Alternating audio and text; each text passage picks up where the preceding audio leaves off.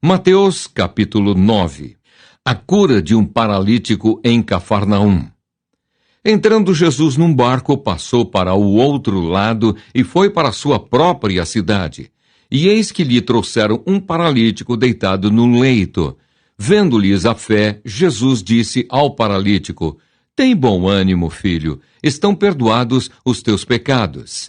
Mas alguns escribas diziam consigo: Este blasfema. Jesus, porém, conhecendo-lhes os pensamentos, disse: Por que cogitais o mal no vosso coração? Pois qual é mais fácil? Dizer: Estão perdoados os teus pecados? Ou dizer: Levanta-te e anda? Ora, para que saibais que o Filho do Homem tem sobre a terra autoridade para perdoar pecados, disse então ao paralítico: Levanta-te, toma o teu leito e vai para a tua casa. E levantando-se, partiu para sua casa. Vendo isto, as multidões, possuídas de temor, glorificaram a Deus, que dera tal autoridade aos homens. A vocação de Mateus. Partindo Jesus dali, viu um homem chamado Mateus, sentado na coletoria, e disse-lhe: Segue-me. Ele se levantou e o seguiu. Jesus come com pecadores. E sucedeu que, estando ele em casa, à mesa, muitos publicanos e pecadores vieram e tomaram lugares com Jesus e seus discípulos. Ora, vendo isto, os fariseus perguntavam aos discípulos: Por que come o vosso mestre com os publicanos e pecadores? Mas Jesus, ouvindo, disse: Os sãos não precisam de médico, e sim os doentes. Ide, porém, e aprendei o que significa: misericórdia quero e não holocaustos. Pois não vim chamar justos, e sim pecadores ao arrependimento. Do jejum.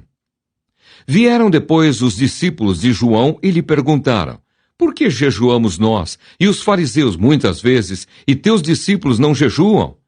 Respondeu-lhes Jesus: Podem acaso estar tristes os convidados para o casamento, enquanto o noivo está com eles? Dias virão, contudo, em que lhes será tirado o noivo, e nesses dias hão de jejuar. Ninguém põe remendo de pano novo em veste velha, porque o remendo tira parte da veste e fica maior a rotura. Nem se põe vinho novo em odres velhos. Do contrário, rompem-se os odres, derrama-se o vinho e os odres se perdem. Mas põe-se vinho novo em odres novos, e ambos se conservam. O pedido de um chefe. Enquanto estas coisas lhes dizia, eis que um chefe, aproximando-se, o adorou e disse: Minha filha faleceu agora mesmo, mas vem, impõe a mão sobre ela e viverá. A cura de uma mulher enferma. E Jesus, levantando-se, o seguia, e também os seus discípulos. E eis que uma mulher, que durante 12 anos vinha padecendo de uma hemorragia, veio por trás dele e lhe tocou na orla da veste. Porque dizia consigo mesma: Se eu apenas lhe tocar a veste, ficarei curada. E Jesus, voltando-se, vendo-a, disse: Tem bom ânimo, filha, a tua fé te salvou. E desde aquele instante a mulher ficou sã. A ressurreição da filha de Jairo. Tendo Jesus chegado à casa do chefe e vendo os tocadores de flauta e o povo em alvoroço, disse: Retirai-vos, porque não está morta a menina, mas dorme. E riam-se dele. Mas, afastado o povo, entrou Jesus, tomou a menina pela mão e ela se levantou. E a fama deste acontecimento correu por toda aquela terra. A cura de 2 cegos. Partindo Jesus dali, seguiram-no 2 cegos, clamando: Tem compaixão de nós, filho de Davi. Tendo ele entrado em casa, aproximaram-se os cegos, e Jesus lhes perguntou: Credes que eu posso fazer isso? Responderam-lhe: Sim, Senhor. Então lhes tocou os olhos, dizendo: Faça-se-vos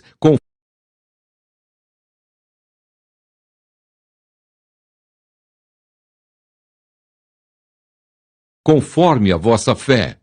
e abriram-se-lhes os olhos. Jesus, porém, os advertiu severamente, dizendo: acautelai-vos de que ninguém o saiba.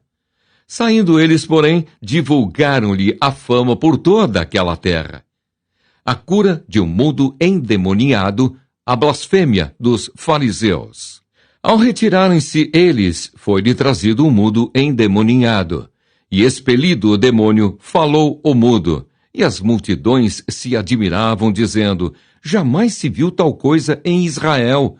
Mas os fariseus murmuravam: pelo maioral dos demônios é que expele os demônios. Jesus ia por toda parte fazendo o bem, a seara e os trabalhadores.